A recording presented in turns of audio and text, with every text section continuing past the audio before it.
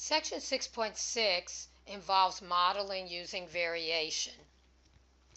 So the first problem we have in this worksheet tells us that y varies directly as the cube root of x. If y is 14 when x is 8, find y when x is 64. So for this problem, direct variation, the general direct variation formula, so this is just a matter of being able to translate the words that you see correctly into an equation. So if we see y varies directly as x, we would translate that into the equation y equals kx. We call k the constant of variation.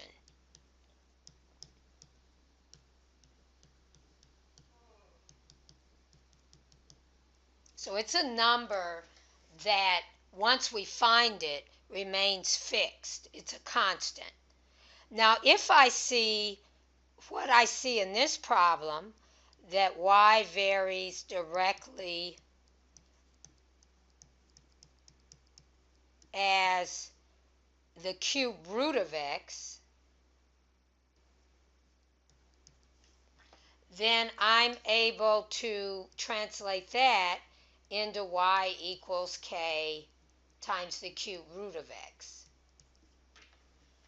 And you're instructed in the problem to first find the variation equation using the letter k. So that would be what we've just written. Y equals k times the cube root of x. Now the second thing is for you to show the value of k and the work needed to find it. So in part 2, I'm using the fact that y is 14 when x is 8, and that's going to allow me to find k. So I substitute, I let y equal to 14, x equal to 8, and that allows me to find k. So the cube root of 8 is the number 2, because 2 times 2 times 2 is 8. So I'm trying to find the number. When I say the cube root of 8, I'm trying to find the number that gives 8 when I raise that number to the third power. So the cube root of 8 is 2.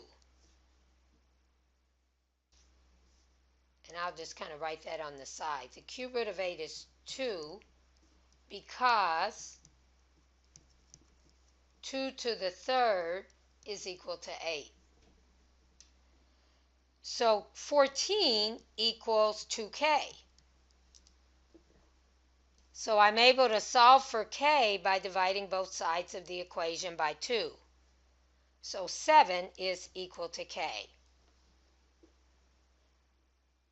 So there I've actually found and shown the value of k, and I showed the work that I need to do to find k.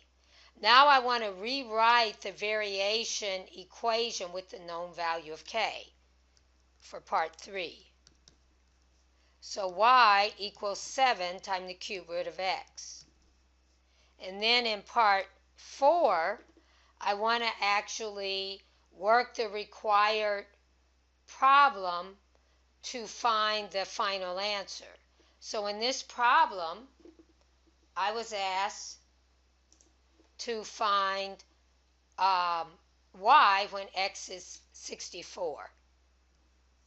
So y is equal to 7 times the cube root of 64.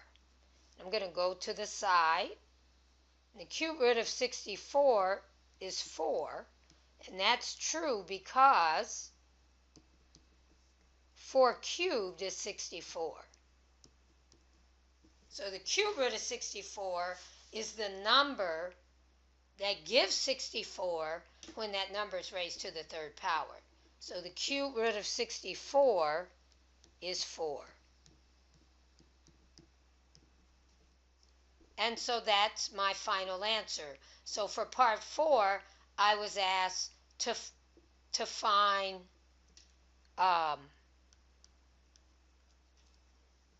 the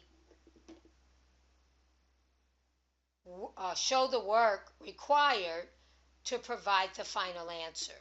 And so that's what I've done for part 4. I basically let x equal to 64 and I found y. All right, so that's my first kind of variation that I discuss is direct variation. So when I see y varies directly as, I can automatically write y equal k. And then I multiply k by whatever follows the word as. So if y varies directly as x, y equals kx. If y varies directly as the cube root of x, y equals k times the cube root of x. All right, let's go to the next problem. So here I have inverse variation. So if y varies inversely as x, then I translate that into y equals k over x. So as x gets larger and larger, y is going to get smaller and smaller. So we refer to that as inverse variation, and vice versa. As y gets larger and larger, x has to get smaller and smaller. In direct variation, if x gets larger, y gets larger. If x gets smaller, y gets smaller. But in inverse variation, opposite things are happening. So the first thing I do is write the equation. And in this case, y varies inversely as lets me write y equals k over. And k is going to be over whatever follows the word as. Now in the previous example, y varies inversely as x. So I wrote y equals k over x. In this problem, y varies inversely as the square root of x. So y equals k over the square root of x.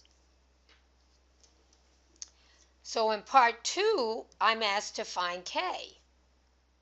And I use the fact that if y is 10, x is 36. So that information is going to allow me to find k.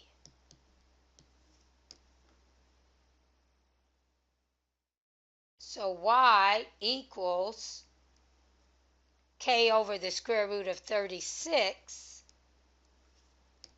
but I'm told y is 10 when x is 36. So 10 equals k over the square root of 36.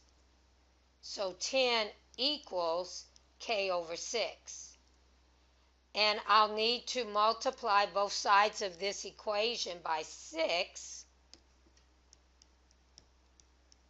in order to solve for k. So 60 equals k. So in part 3, I rewrite the equation with the k that I just found. So y equals 60 over the square root of x. And now in part 4, I'm going to find x when y is 12. So I'm going to replace y with 12 and y equals 60 over the square root of x. So I'm going to multiply both sides of this equation by the square root of x in order to get to the place that I need to get to in this problem where I can find x. That's my first step.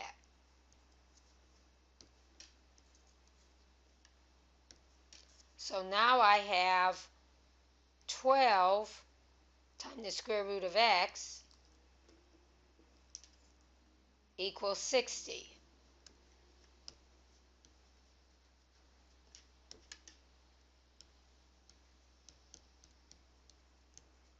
And I'm going to divide both sides of the equation by 12.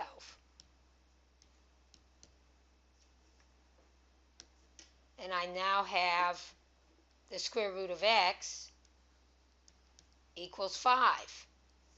And I know that in order for the square root of x to be 5, I know that x would have to be 25.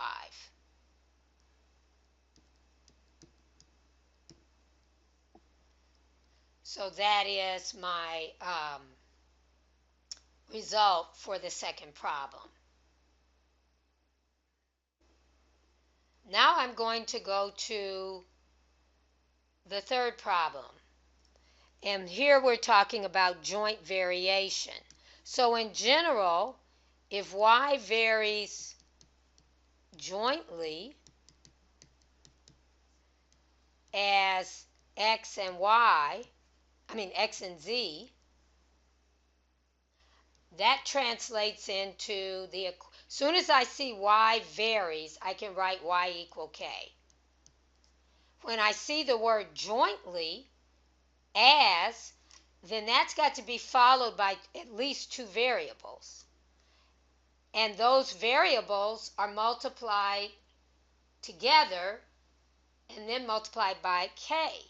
So I translate y varies jointly as x and z into y equals kxz. So when I have m varies jointly as x and the square of y, I translate that into, as soon as I see y varies, or m varies in this case, I can write m equals k. And then what I do next depends on what follows the word varies. So jointly as means k is going to get multiplied by the product of what follows. So m varies jointly as x and the square of y means m equals k xy squared. So that's my first step, is to translate this statement into an equation. So all you're learning here is translating. You're learning what the translation is when your variation is joint variation. You're learning what the translation is when your variation is inverse variation. You're learning what the translation into algebra is when your variation is direct variation. So m varies jointly as x in the square of y translates into m equals kxy. M varies jointly as x in the square of y translates into m equals kxy squared. So I'm going to use this information to find k. I'm going to let m equal 96, x is going to be 3, y is going to be 4, and that's going to allow me to find k. So I'm going to replace m with 96, k is what I'm trying to find. I'm going to replace x with 3, and I'm going to replace y with 4. So 96 equals k times 3 times the square of 4. So 96 equals k times 3 times 16. 96 equals k times 48. So in order to solve for k, I'm going to divide both sides of the equation by 48.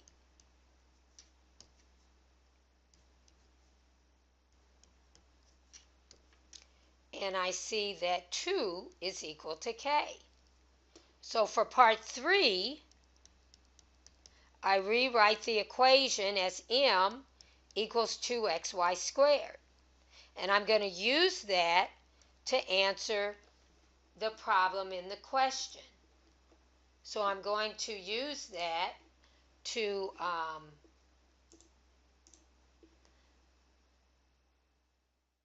find what would x be if m is 216. So I'm going to let m equal 216 and y equal to 3.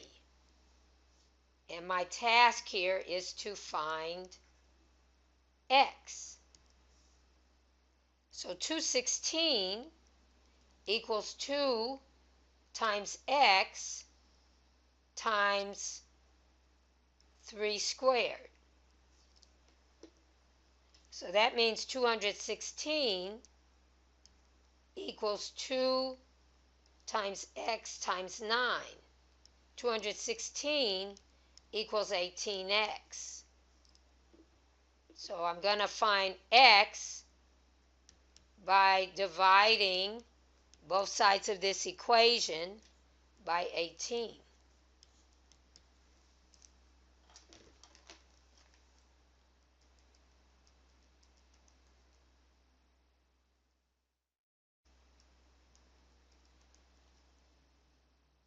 So I get 12. So 12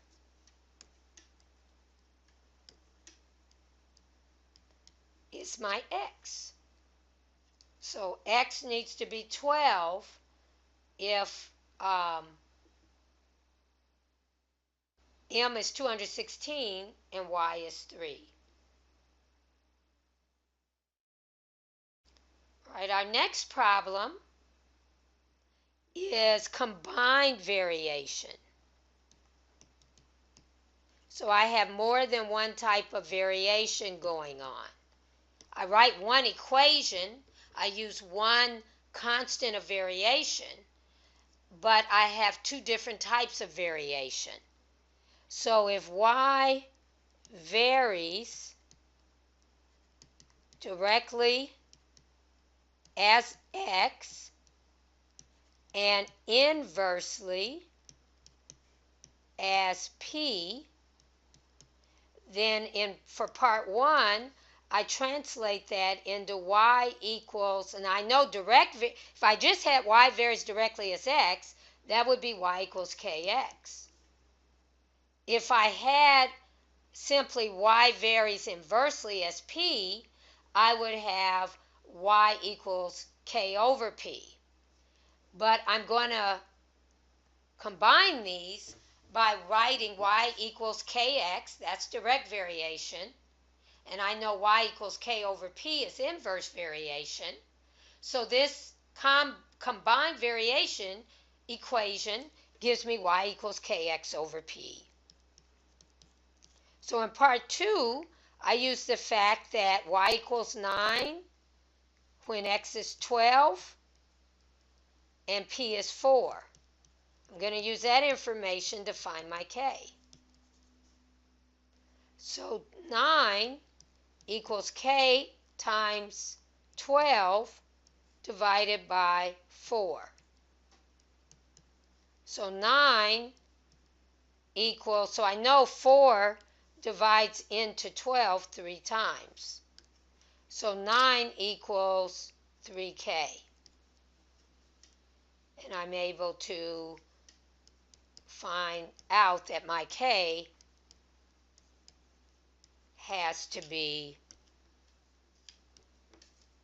3. So in part 3, I refine the equation. I'm able to write the equation from part 1 as y equals 3x over p. And now I'm going to use that in part 4, where I want to find y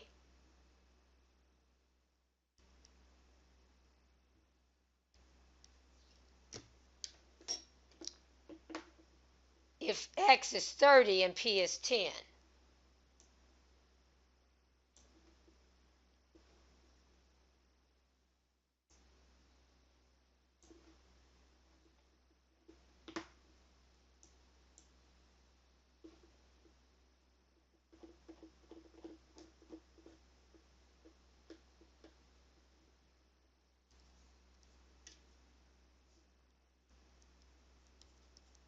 So I'm going to use the equation for part 3 to do that.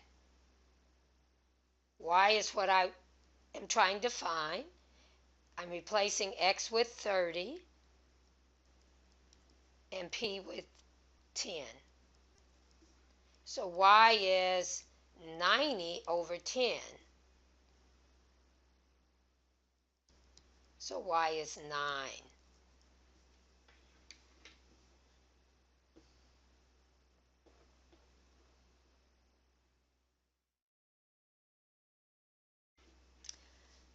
Property tax, T,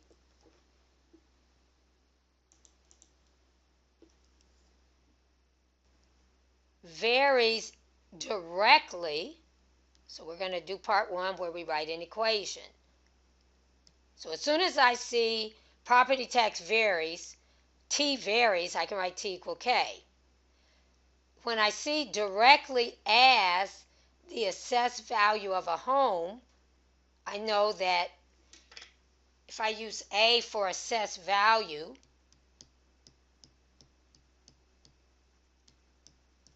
that gets multiplied by the constant of variation. So if a house valued at $110,000, so now we're at part 2 where we're going to find our K. So A is 110,000.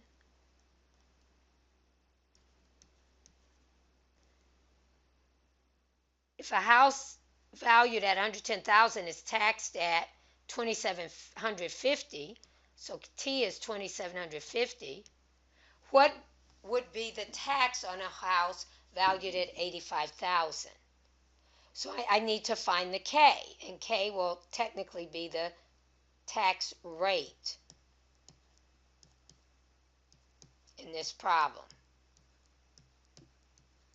So I replace A with 110,000, T with 2,750. I'm going to solve for this by dividing both sides of the equation by 110,000. So K is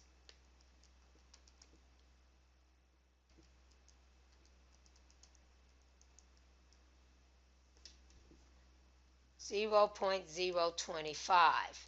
So we can see that's 2.5%, and we can just leave it as a decimal. But that's the tax rate, 2.5%. So in part 3, we're able to rewrite the equation as T equal 0.025A. And then in part 4, we're able to find the tax on a house valued at 85,000 by replacing the A with 85,000.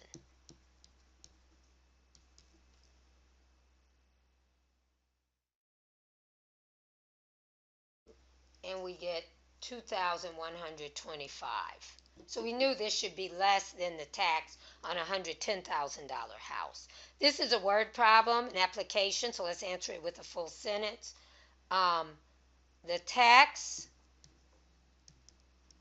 on an $85,000 home is $2,125. That's how I will work that problem. Let's look at problem 6, where Joe Angelo earns a commission on each appliance he sells. His commission varies directly as the amount of sales. So we're going to let C represent commission, and we're going to let S represent sales. So commission varies directly as sales. C equals KS. And S is technically the amount of sales, but we'll just use the S to represent that. He sells a dishwasher for $300. So S equals 300. and earns a commission of $36. So C equals 36. And this is going to allow us to find K. So 36 equals K times 300. So I divide both sides of the equation by 300.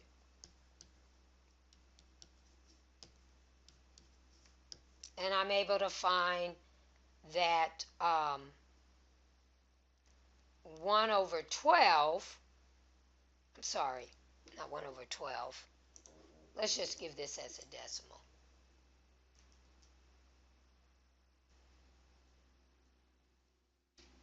Zero point 12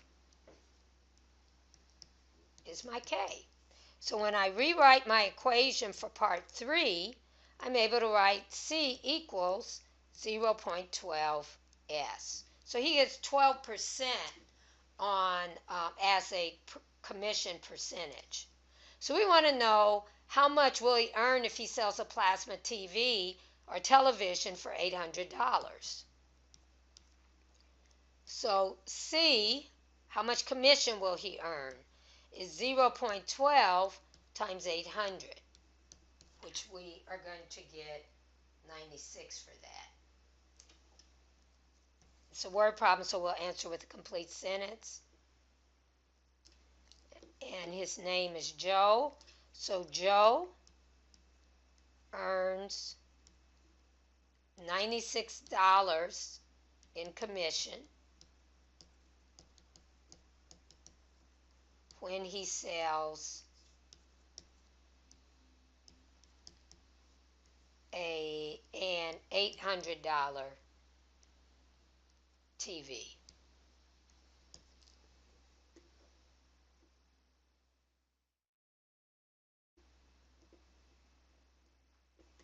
All right, and let's go to problem 7.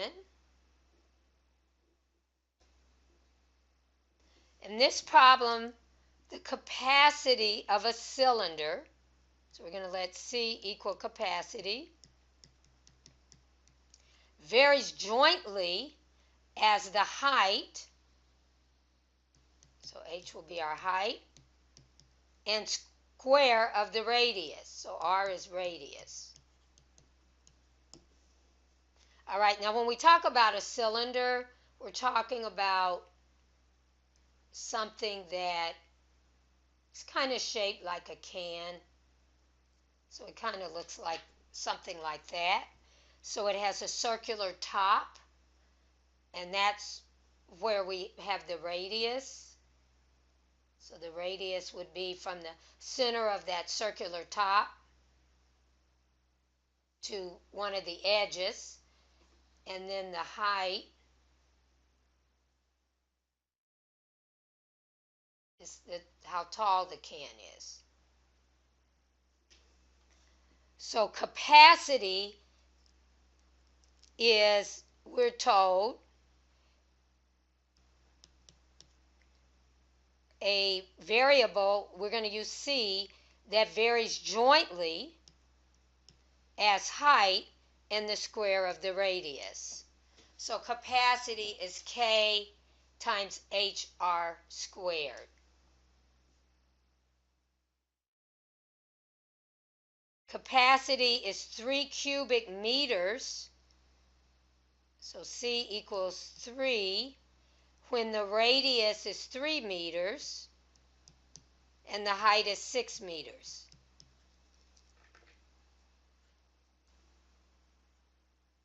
So 3, so in part 2, we're finding K. So 3 equals K times 6 times 3 squared. So 3 equals K times 6 times 9. 3 equals 54K. So I'll divide both sides of the equation by 54 to find the value of K.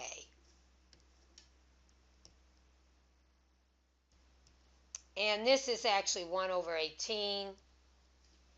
I can, write it as a fraction if I write it as a decimal, it's repeating. So I don't want to do that. I'm going to go ahead and write it as a fraction because I don't want to approximate. I want an exact value. So C is 1 over 18 times HR squared. I can also write this as HR squared over 18. So that's part 3. And then part 4 is for me to find what the capacity will be if the radius is 4 meters and the height is 9 meters. So R is 4, H is 9. Let me make sure I had that right. Yeah, height is 9 and radius is 4. So we want to find C.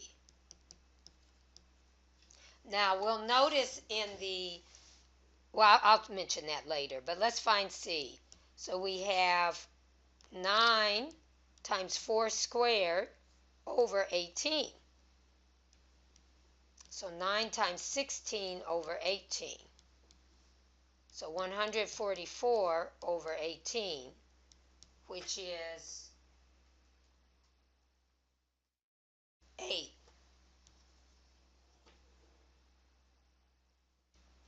So capacity is 8 cubic meters. So I look back at the problem to understand that capacity is given in cubic meters. So the capacity is 8 cubic meters when the radius is 4 meters and height